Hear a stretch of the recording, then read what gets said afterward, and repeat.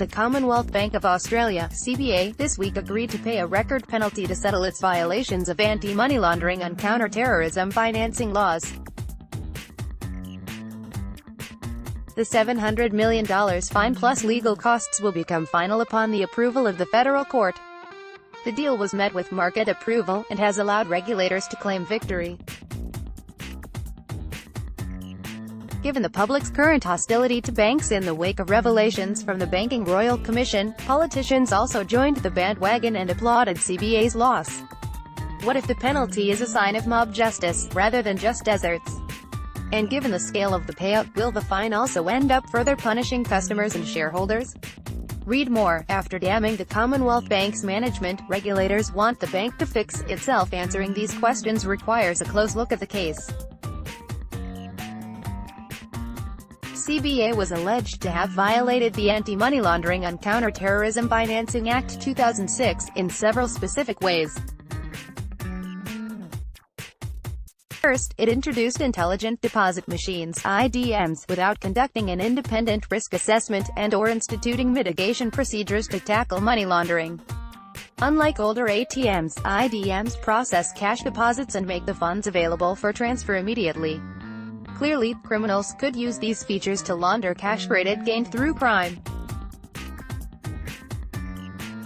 CBA wrongly believed that its existing ATM monitoring processes covered these risks. Second, it was warned about these risks and could have minimized money laundering by imposing daily limits on accounts. CBA refused. Third, CBA failed to provide transaction reports within 10 business days for cash deposits greater than $10,000.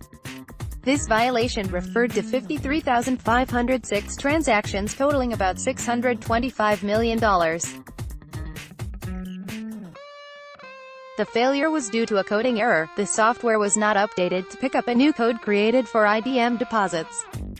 Fourth, CBA failed to report transactions with a pattern of money laundering, apparently misunderstanding its legal obligations.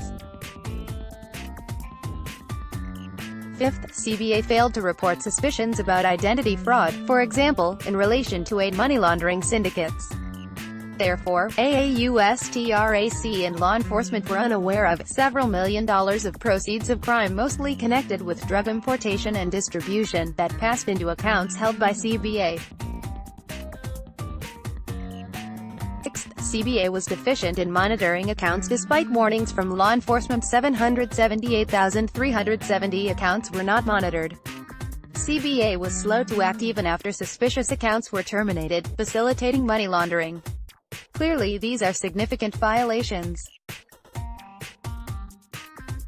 However, the statement of facts agreed by AUSTRAC and CBA state that the bank did not deliberately or intentionally violate its legal obligations under the relevant laws. Considering that CBA's violations were inadvertent, due to technical glitches, and attributable to a mistaken belief about existing systems satisfying legal obligations, the $700 million fine might be excessive. International comparisons. By international standards, the fine seems to be very high. This week, the UK Financial Conduct Authority fined the British division of India's Canara Bank £896,100 $1.58 million for consistent failure in its money laundering controls, and for failings affecting almost all aspects of its business. The FCA said the bank's failings potentially undermine the integrity of the UK financial system by significantly increasing the risk that Canara could be used for the purposes of domestic and international money laundering, terrorist financing, and those seeking to evade taxation or the implementation of sanction requirements. In the United States, the Justice Department fined U.S. Bancorp $528 million, $694 million, for criminal violations of money laundering laws and for concealing its behavior from regulators. CBA's fine is far higher than Canara's punishment for similar violations, and roughly on a par with the sanction meted out to U.S. Bancorp, albeit the latter was for more serious criminal wrongdoing. It is also comparable to the $665 million, $874 million penalty imposed on HSBC, plus $1.26 billion in sacrificed profits. Unlike CBA, HSBC was punished for willfully failing to maintain proper money laundering controls. Yet the proceeds from HSBC's violations stretching back to the 1990s were staggering, at least $881 million in laundered drug money, a failure to monitor more than $670 billion in wire transfers and over $9.40 billion in purchases of physical U.S. dollars from HSBC Mexico, some $660 million in sanctions-prohibited transactions, and evidence of deliberate sanctions violations by processing transactions to parties in Iran, Cuba, Burma, Sudan, and Libya. A fair punishment? The size of CBA's penalty seems to be more in line with banks that have deliberately flouted money laundering laws, rather than the smaller punishments handed to banks that did so unintentionally.